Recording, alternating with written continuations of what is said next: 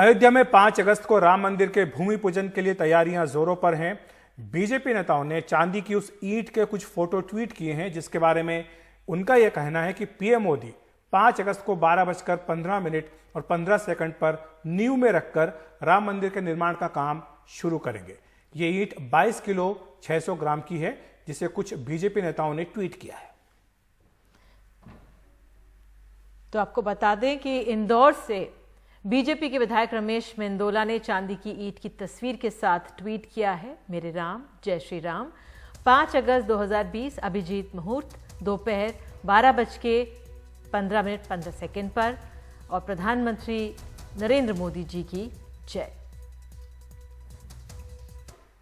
इस बीच राम मंदिर भूमि पूजन के लिए प्रधानमंत्री मोदी के अयोध्या जाने पर राजनीति शुरू हो गई है। एआईएमआईएम के प्रमुख असदुद्दीन ओवैसी ने ट्वीट करके कहा है कि आधिकारिक तौर पर भूमि पूजन में शामिल होना भारत के प्रधानमंत्री के संवैधानिक शपथ का उल्लंघन होगा।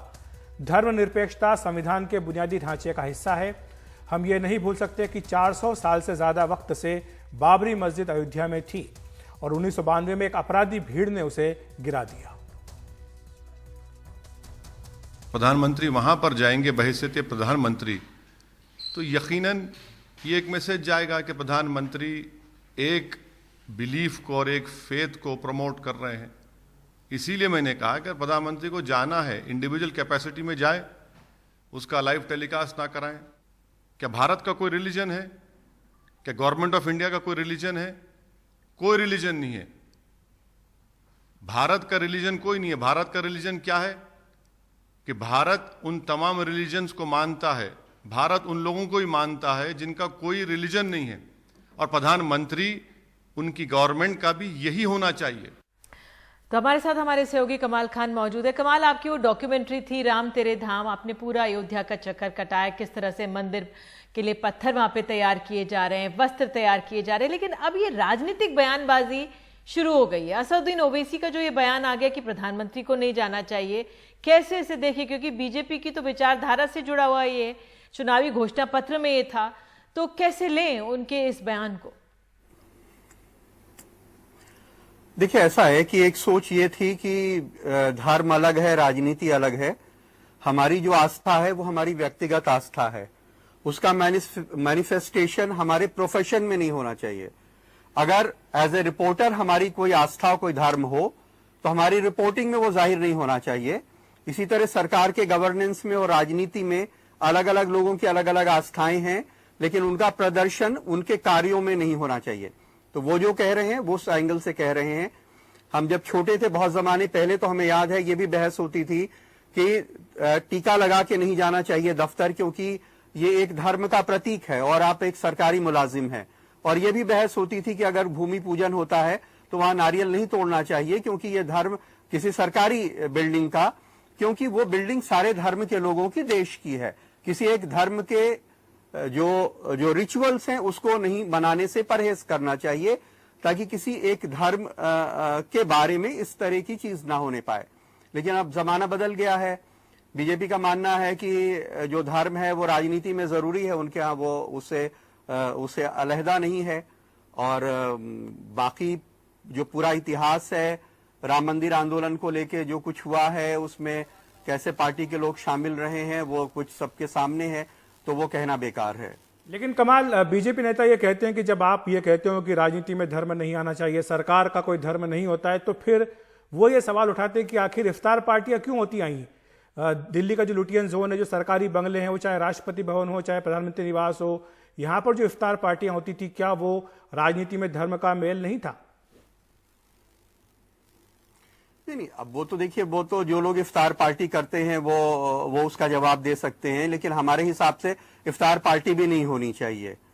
लेकिन अगर उत्तर प्रदेश में योगी आदित्यनाथ जी दिवाली मनाते हैं, वहां दिया जलाते हैं, बहुत जगह जाके आरती करते हैं, तो वो मुख्यमंत्री की हैसियत से वो सारे काम करते हैं। लेकिन बहुत सारे लोग ये कहते हैं कि प्रदेश में बहुत सारे धर्म हैं, उनके भी बहुत सारे क्रियाकलाप हैं, मुख्यमंत्री को फिर उसमें भी शामिल होना चाहिए।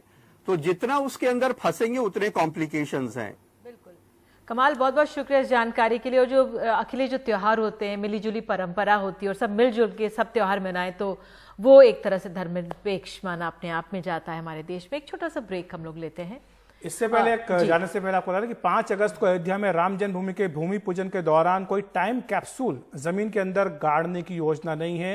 राम जन्मभूमि ट्रस्ट के महामंत्री चंपत राय ने इस बारे में जानकारी दी। उन्होंने कहा कि जो खबरें इस बारे में चलाई जा रही हैं वो गलत हैं, मनगढ़ंत हैं। उन्होंने कहा कि ट्रस्ट की ओर से आने वाले आधिकारिक बयान को ही माना जाए। अलग अलग स्रोत से समाचार आ रहा है कि 5 अगस्त को कोई टाइम कैप्सूल जमीन के नीचे रखा जाएगा। यह समाचार गलत है, मनगढ़ंत है।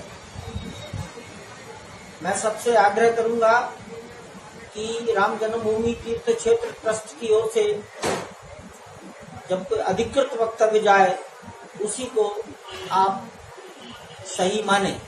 एक छोटा सा ब्रेक ले रहे हैं। आगे आपको बताएंगे राफेल के आने को लेकर एहतियाती कदम, अंबाला एयरबेस के आसपास धारा 144 लागू।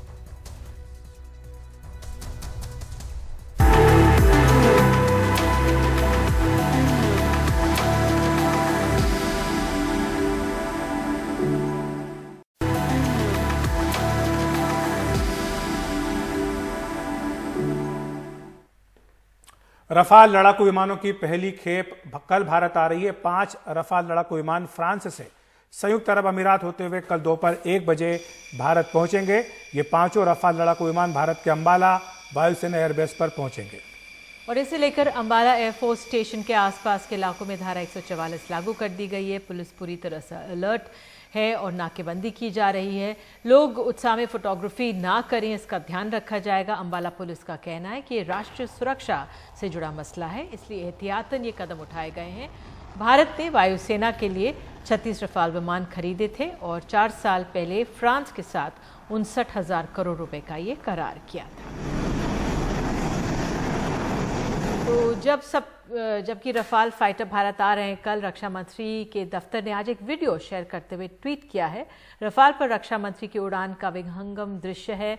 ये वीडियो 8 अक्टूबर 2019 को फ्रांस में बनाया गया था। आपको बता दें कि रक्षा मंत्री राजनाथ सिंह पिछले साल अक्टूबर में फ्रांस गए थे। तब भारत को पहला रफाल औपचारिक तौर पर मिला था।